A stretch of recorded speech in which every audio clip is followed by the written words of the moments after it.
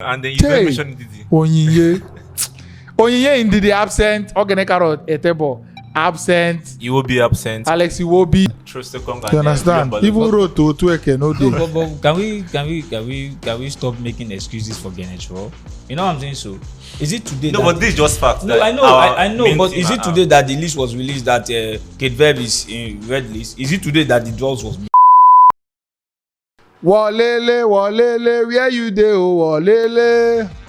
I mean, when it's time for the Super Eagles, it is time for the Super Eagles.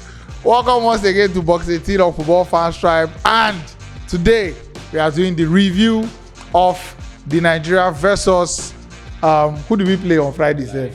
Okay, I don't even forget because they don't even they don't even mean like Nigeria 2-0 Liberia. We're doing a review of that game, and of course we are diving into the Nigeria versus Cape Verde game, which is what this video will be majorly about. So before we go on, I just want to tell you that this video is sponsored by Wazobet, and Wazobet still have this our promo code like I used to get 250% bonus on your first deposit when registering with the link in our description. By my right hand side, you should have seen him a couple of times by now during our match interviews.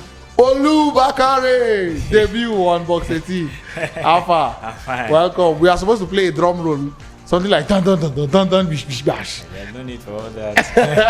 How are you feeling, bro? I will thank God. God is faithful. I'm telling you, 100, and then still on still, back again one more time, Mr. Yop.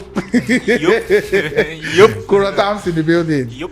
Alpha now. I did. You have rested. After all the stress. I never rest, guy. I never rest. Never rest. I have lazy eyes, but we thank God. We move. All right. So Nigeria 2-0 Liberia. We watched the game at the stadium, but Olu, you watched the game at home. Many people are complaining that the game was dull for people that watched at home. Like you know, go well. Are you among them? I won't actually say that the Super Eagles played well, and we can't actually blame the Super Eagles because the pitch was nothing to write home about. Because of the rain. Because of the rain, the waterlog, and all the rest of them. So let's not, though we know under Iheanacho we don't actually have a pattern, but let's just excuse him for that day that the pitch wasn't good, and that was what he was complaining, that the pitch was not good and all the rest of it. Let's give him that credit that the rain obstructed the tiki-taka Nigeria wants to play. So let's give. But that was what I was trying to say. I was telling somebody, I was arguing with somebody on the phone, and Kuro called me defender of the Super Eagles. Advocate of the Super Eagles. Which time they talk and say, like, I don't know, 100% of our players now in this team are foreign-based players. Yeah. Playing at some of the best clubs in Europe. Used to some of the best facilities in Europe generally. So for them to come Lagos now, come meet this kind of pitch will be like this. Do we really have any room to blame them that why they don't play? Because it was terrible. It was terrible because the rain was falling from morning till about 30 minutes before the game started. So Kuro, are you advocating with me now, or I'm not. I feel if the whole pitch matter was, first of all, I didn't even see the game as boring, maybe because I was at the game live, so too much excitement. Exactly. I mean, we get some kind of things where I go see people for Steve, no go see. But plus NTA smelling coverage. Yes, NTA smelling coverage. But by the way, the game for me it went to. It didn't go as planned. Like we planned like 5-0, 4-0, but first half goals, and I hate when match end for the scoreline as it was the first half. I hate it because there was no need of the second half. But why we can't play second half now? But I think that game was fun. I can understand why people say the whole thing was boring due to the fact that the pitch, the coverage, and everything. But if you are to take a scan of all the Nigerian pitches, like all the stadiums we have in Nigeria, all the stadia we have in Nigeria, I think every pitch will have problem whenever it rains, and like you said, it rains from morning till like 4:30 even to 5. So there's no way you can just take away that fact that the pitch was bad. If the pitch was fluent, like you said, these players are playing in Europe, they play in better, these players are playing in Europe, England, and the rest, so they would have been used to a better flow of the game. So I don't think that these players are at fault. I feel if the pitch was better, we should have destroyed Liberia more. Interesting. I stand there too. Well, at the end of the day, Liberians too also played on that pitch. So But I have an argument. okay. You know why I said I have an argument? Because most of these Nigerian players we're talking about, they grew up in this place. I knew you come. They grew I up, know that but they will where say have you they come. now? No. Let me tell you something. That you are now in overseas does not make you forget your root. We all know that there are few pitches in Nigeria that are good. They have been playing on this pitch for how long? And you're still telling me because of it rains, they couldn't pass one or two balls. Even when you watch the Super Eagles playing in Nations Cup, how many balls were they able to pass? No, I'm not saying it's a one-time excuse for them. Like that was the only reason why they didn't play well. But I understand where you're coming from. Where you say whenever a player has a root and whatever. But how many times do players, not just Super Eagles, do footballers play for their country in a year? Like I saw a start today like Musa will make his 100th cap for, and Musa is playing since 2010. Since 2010, that's 11 years ago. This will be his 100th cap. So players hardly play the national team. So almost all the time they play in their club side. Yeah. You're going in every weekend. You're going for training. It's like 25 games for club, 2 for country. 2 for country. In fact, some months you go without playing for your country. But the question I want to ask is that if Iheanacho had lost the match, would we be arguing what we are arguing? Well, Tango we didn't lose. That's why we are clamoring for that's why some people are clamoring for the home base. Yeah. If you have seen this particular situation, knowing fully well that the foreign base they cannot acclimatize, they can't play in this kind of, you would have drafting the. Well, the last time Iheanacho brought home base players. The last home base game. We can't. Or maybe the home base players perform poorly because they played in a better pitch. No. So home base players for poor pitch, foreign base players for better pitch. No, let's not judge it that. Okay, if you want to judge it that way, that Nigeria lost to Mexico. What is the FIFA ranking for Mexico and what's the FIFA ranking for Nigeria? That's one. Nigeria, the same foreign base played in Nigeria. You have played 4-4. Okay. With a lower ranked team. So what are we saying? It is well. Well, I tried as much as I can to maintain a positive mood, but trust me, I not be one of those people who are going to use positivity to blind myself. I will call it as it is, you get. And thank God we won the match in the end. But our next game now, Nigeria versus Cape Verde, from I think in Etebo or something like that, a city in Cape Verde. The Super Eagles, as at when we are doing this video, they trained today at the stadium after landing, and it gets on 1 or 2 issues will happen when they actually went to the airport. They were supposed to land, but the airport was closed. And then they had to now redivert. They had to divert to somewhere else. After they divert now, they can't stay there till the main airport open before they come back. All this like on a no put call say guy, would they come? When I first heard the story, I heard that they left Nigeria by 2 a.m. Mm-hmm. Yes. Like how? How come? You had all day to leave. No, the issue is that it would have been a misnomer. Nigeria without a drama. Wow, is it? Yes. No. It's just like children are playing. I don't understand. We are talking about a country, and we call ourselves the giant of Africa. And this is not under 20. This is like the highest of Nigerian football. So what are we saying that we got to an airport and the airport was locked and all that? What if these players were prone to danger? Are we going to be telling our government or the parents of these people that look at what happened? It was Nigeria is always a drama. That's why Nigeria is in Hollywood. How do you even leave your country by 2 a.m.? By 2 a.m. No, normally international flights are timed around that period. See, Cape Verde. International and Cape Verde, Lagos. Cape Verde is international. But even if you want to leave, check the time difference. If you want to leave, Cape Verde is not minus 10 or plus 10 away. It just maybe plus 2 or plus minus 3. Minus 2. Okay, but minus 2. So if you're living in Nigeria by 2 a.m. and maybe you're landing by, let's say, 4. Yeah. The difference between Nigeria and Cape Verde timing is not so much. So anyhow you're reaching in a time that is not appropriate. It's true. But it's an international flight. Nevertheless, so I know I'm being advocate of the Super Eagles here, but wait. They left when they left. My own is that even no matter when you're leaving, as long as it's an international flight, you can leave. Some people leave international flights by 3 a.m., 4 a.m. It depends on the time. No, now the thing is, my owner say, why he can't be saying no communication? Was there no communication for them to know that the airport would close as soon as? That was just my problem. Can I ask a question? Does Nigeria have an embassy in Cape Verde? They should now. So at least a consulate. No, if they don't have, if they have a consulate, is there no way, no communication, or maybe they are, you understand? So now my problem be that it must not even be the airport. Like if you're traveling normally, even with normal this flight company, they have a general communication worldwide, so that plane no go jam plane. You understand? So why? As he said, drama. We are prone to drama, so let's just take it that is in Nigeria. And then Victor Osimhen, senior player, they sleep for airport, so that another airport go open. It don't happen. It is well. You know when we used to say to serve our father's land. You see that. So when you say to serve your father's land, it comes with everything. You understand? Whether sleeping on the airport follow for the drama. At least when they go back Napoli, now he get story to tell. But no be smart, won't reach. We'll hang here. We'll not figure. He follow, Sha. He follow. Anyways, Super Eagles, they've trained today with a very much depleted team. All the UK-based players are not in the squad anymore. Aribo, Balogun, Iwobi, Kelechi Iheanacho. I mean, the list goes on, and basically that's you can't just say the list goes on and you didn't mention it. Geneka, Jesus is. How will you say the list goes on and then you didn't mention Ndidi? Onyinye Ndidi absent. Geneka Etebo absent. Iwobi absent. Iwobi. So basically, all the UK-based players had to leave the team because of the red list, blah, blah, blah, blah, blah. So now we have a very depleted team. At least 6 first-team starters in this current squad are not going to be playing. And then, six. At least 6. Let me just say at least 6 people that will start normally are not playing. So it's just a strange one. It's even going to more than 6 because I'm looking at our back 4 and 3 of them are out. 3 of them no day. Ekong, you understand? Even Road to Tueke no day. But can we stop making excuses for Iheanacho?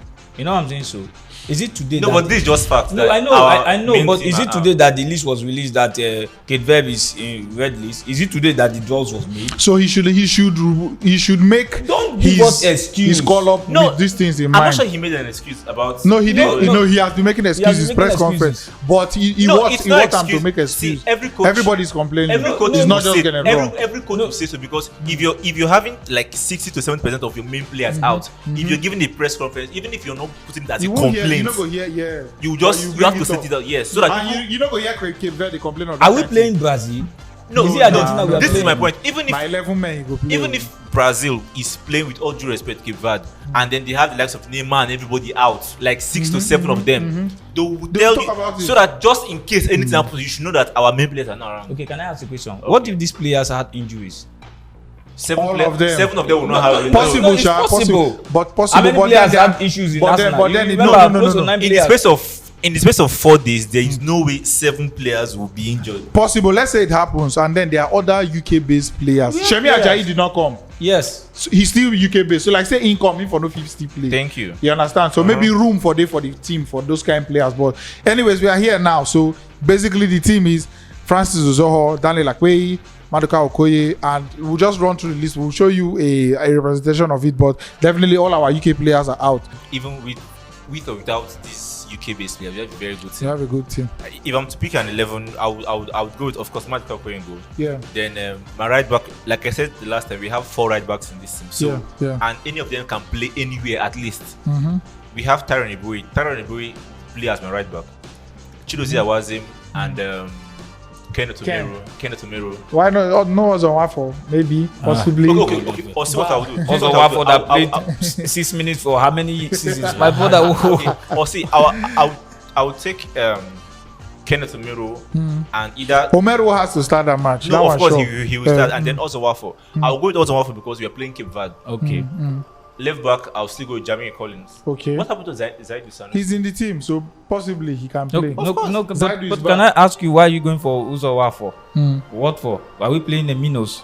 I'm saying. Without the respect, it's Cape Verde. No, but did you watch Cape Verde and Cameroon? What happened? Najambodi Sha. Najambodi 3. And we've never beat Cape Verde. Funny enough, we've never beat. We don't play them 2 times. Once with our home base, once with our normal team. One was a friendly in 2013. Our senior team, our normal full team. I've forgotten what Madagascar did to Super Eagles. Okay, now to be safe, I think Jamie Collins will do a very good job as a left centre back. So no, like left centre back. So I'll go with Zaidu Sanusi since in the squad. If he's in the squad, he has to play because for me, it's my first choice left back. So Zaidu Sanusi on the left, Jamie Collins as my left centre back, Kenneth Omero as my right centre back, and then Tyron Iwobi as my right back. That's it. That's playing a 3-man defense. No, I'm playing 4-4-2. Okay. 4-4-2. In midfield, I'll go with Chidozie Awazim. I think he's very versatile. He can play there. He can. Chidozie Can do a job. The Bonke guy. Bonke. Innocent Bonke. Bonke. Oh, okay. I'll say Olana, but Olana is also. Have you watched Bonke play? Yeah, I have. Okay. I have. There was pictures that circulated of him talking with Liberian players after the game. Then I saw his clips. He's okay. Yeah. Bonke and who did I mention? Chidozie Chidozie Awazim, yeah. On my wings, Moses Simon and Samuel Kalu. This is a game set for them. They'll have to run these guys down, run them. So no, okay, go on. You get everything I want to ask you. And Continue. then my 2 men up front, Osimhen and Paul Onachu. See, do you know why it's work? You're saying Cape Verde is African jambody football. If these men are jambody football, there is no Give other them who go jambody them. but- There's no other jambody but player can to I use say than Paul something, sir? Onachu. Yeah, go. Onachu was the best Super Eagles striker Last season. True. But one thing we fail to understand is that Genetro have not been able to look for a pattern that suits this player.